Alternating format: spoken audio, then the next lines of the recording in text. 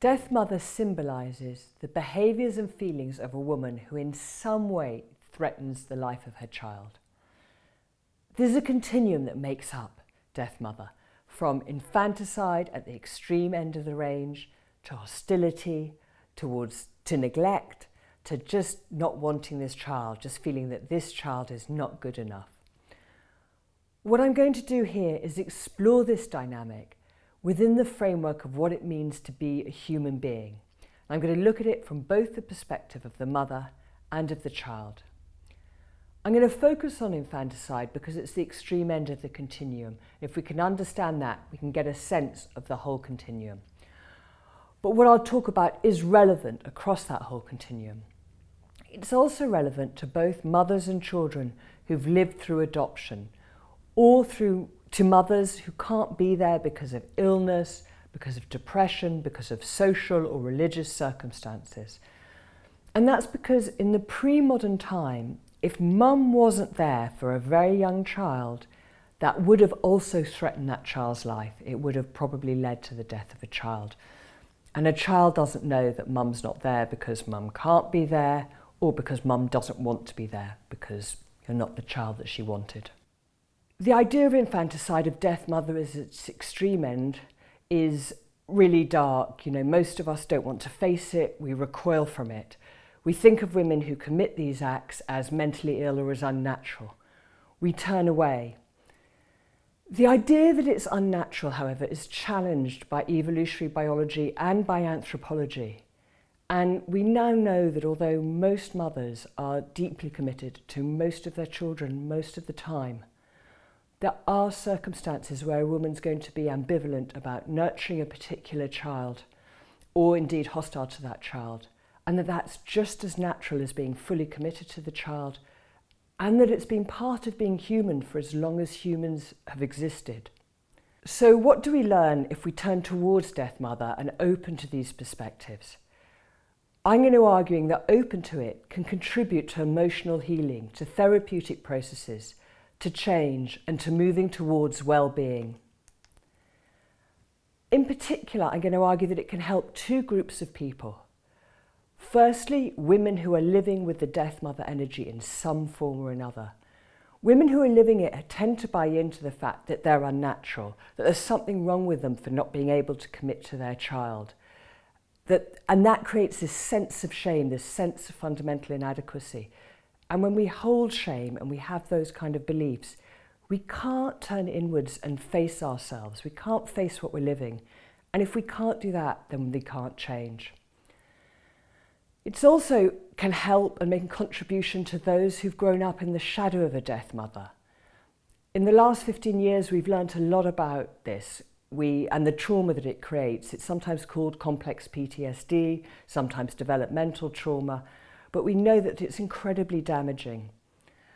Neurobiology has helped us heal the shame around it, how we behave because of those consequences. It's helped to hold us, to give us a scaffolding.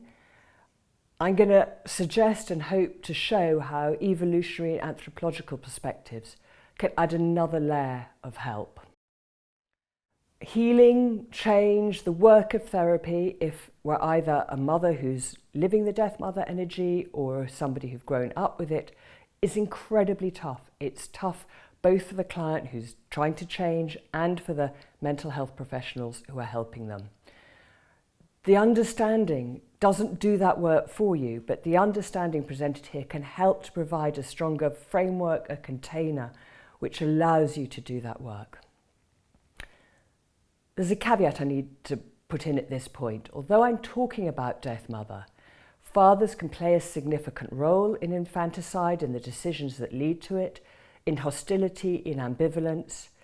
Indeed, kids can meet death mother in any of their caretakers. They can meet them in their religious teachers, in sports coaches, any adult or older person who has any kind of responsibility or say over that kid's life. You can meet a death mother, the energy of hostility.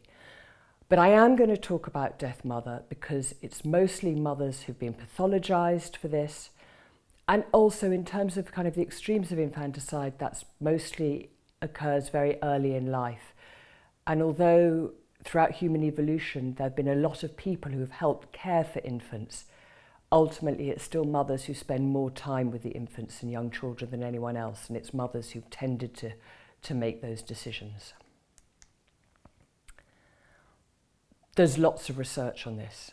It's a complex subject, it's incredibly sensitive. To do justice to Death Mother's story is an hour's talk. I've been advised it's better to post shorter videos on YouTube, so I'm breaking this down into 4 parts. This should really be seen as a single film in 4 parts, and it should be watched sequentially. So in the rest of this part, I'm going to now talk about Western perspectives towards Death Mother, including psychotherapist perspectives. In the middle 2 parts, I'm going to present the evolutionary and anthropological perspectives. And in the final part, I'm going to talk about the therapeutic value of these evolutionary and anthropological perspectives, expand on why I think it can help people. Western culture has idealised mother. In the West, there's the belief that it's instinctual, it's natural, it's automatic for mothers to love every child that they give birth to. And that the feelings and behaviours associated with Death Mother are seen as unnatural, as wrong, as being against our biology.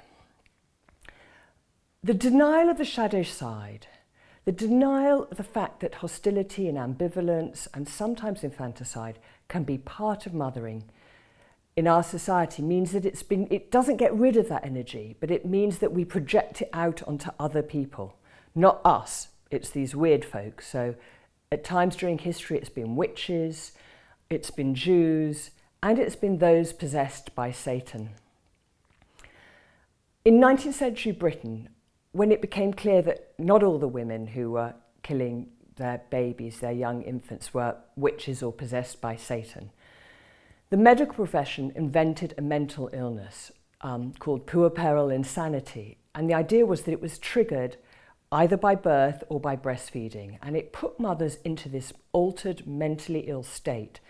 So in this state, because they were mentally ill, because they were altered, they were behaving in a way that was unnatural, and it allowed kind of infanticide to still be seen as something that wasn't part of humanity. It was something that came with illness, that isn't what women should and naturally would live. We've got it in our fairy tales. Hansel and Gretel, the original Grimm's version in 1812, it was the mother who took the kids, who suggested to the father and wanted to abandon the kids in the forest when they were running low of food. By the 4th edition in 1840, the mother had been changed to stepmother, presumably because the sensibilities of the time just couldn't handle that it might be a mother who abandoned her children to die, even if they were all at risk of starvation. Psychodynamic psychotherapists are people who look at what we hold under the surface in the unconscious. So you might think that they would get to the shadow side of what we hold, but certainly the early psychodynamic therapists failed to recognise Death Mother. So Freud, who was of course central to this whole way of thinking, built a lot of his ideas around the story of Oedipus. But what he doesn't mention in a single place is that the story of Oedipus begins when his parents send him out to be left on a hillside to die. So the actual first act of the Oedipus story is leaving a child to die. Now a shepherd picks him up and he doesn't die, but that's what initiates it. In the 1930s, a psychoanalyst in the Freudian tradition called Alice Baylant wrote these words: "For all of us, it remains self-evident that the interests of the mother and child are identical, and it is a generally acknowledged measure of the goodness or badness of the mother how far she feels this identity of interests." Right? So if you're not unconditionally, completely identified with your child, you're a bad mother. Now, I know that people say the quote comes in a different context, and actually to take it out of context isn't fair, but it is taken out of context, and though it's from the 1930s, it is still circulated on social media. So it pops up on my Facebook page, it pops up on Twitter from time to time. This is still how a lot of people think, as kind of indicated by how much this quote still goes round. More recently, really starting in the 70s, some psychodynamic therapists have looked at maternal hostility and ambivalence in quite a lot of depth. They include Dorothy Block, Rositska Parker, Brett Carr. The Jungian Marion Woodman also did a lot of work on this, and it was Marion Woodman who coined the term death mother, and I did a lot of work with Marion, and it is from Marion Woodman that I've got this term. When all of these psychodynamic therapists have looked at death mother, however, they see it pretty much solely as something that's gone wrong in a woman's psyche. So something wrong in her mind. So maybe she wasn't mothered, and so she doesn't know how to mother. She doesn't have a template. She didn't learn how to do that. Maybe she grew up in a difficult household where she couldn't be vulnerable, and so she fought her own vulnerability and put it to one side and tried to bury it. And then suddenly she has this baby and it's vulnerable, and that reminds her of her own vulnerability, and she can't face it. She doesn't want to deal with it, so she wants to get rid of the baby. Some have suggested that's one reason behind infanticide. Sometimes, a woman will have grown up in a household, in a family, in a religious setting, in a culture, in a time of history where she couldn't live her own life. It was too constrained, there were too many blocks on. And suddenly she sees this baby and it's got all this aliveness and potential. And it brings up incredible grief at what she's been unable to live, and she doesn't want to face that. Sometimes people lose a child, and when they lose a child, they think that they'll get over the grief, that the pain will go away if they have another child. So they have a child fairly soon afterwards as a replacement. But you're never going to heal that kind of grief, and a later child is never going to make up for the child that you lost. It's never, and if you're expecting it to do so, then you're going to look at this child as though it's not good enough. And so there's a kind of death mother energy that comes through that. And then that we hear about from the press, either a mother or a father might kill the children after a marriage breaks up in order to punish and hurt their partner. The idea that this problem comes from within the mind fits with the Western view that to be a natural mother is instinctive, that it comes from inside of us, that it's to do with our fundamental biology and our physiology. And there is a truth to that. Pregnancy and birth do lead to the change in hormones. They do lead to a change in a woman's neurobiology, and that does predispose her to bonding with her children. Also, many of the internal psychological factors that the therapists have talked about are real and valid and come into play.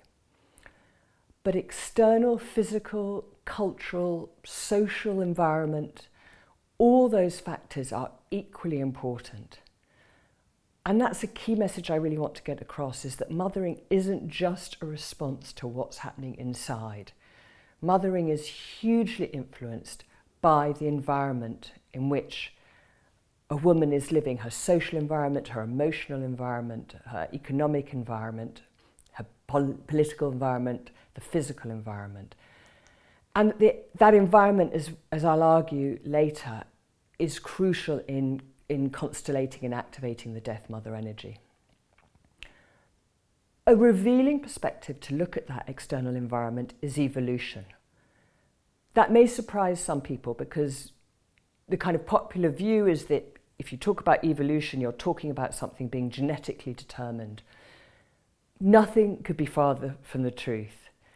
In the last 50 years, biologists who study behaviour of all sorts, from the smallest creature and plants to humans, biologists who study behaviour from an evolutionary perspective have shown us that behaviour has evolved to be influenced by the physical and social environment in which a creature finds itself.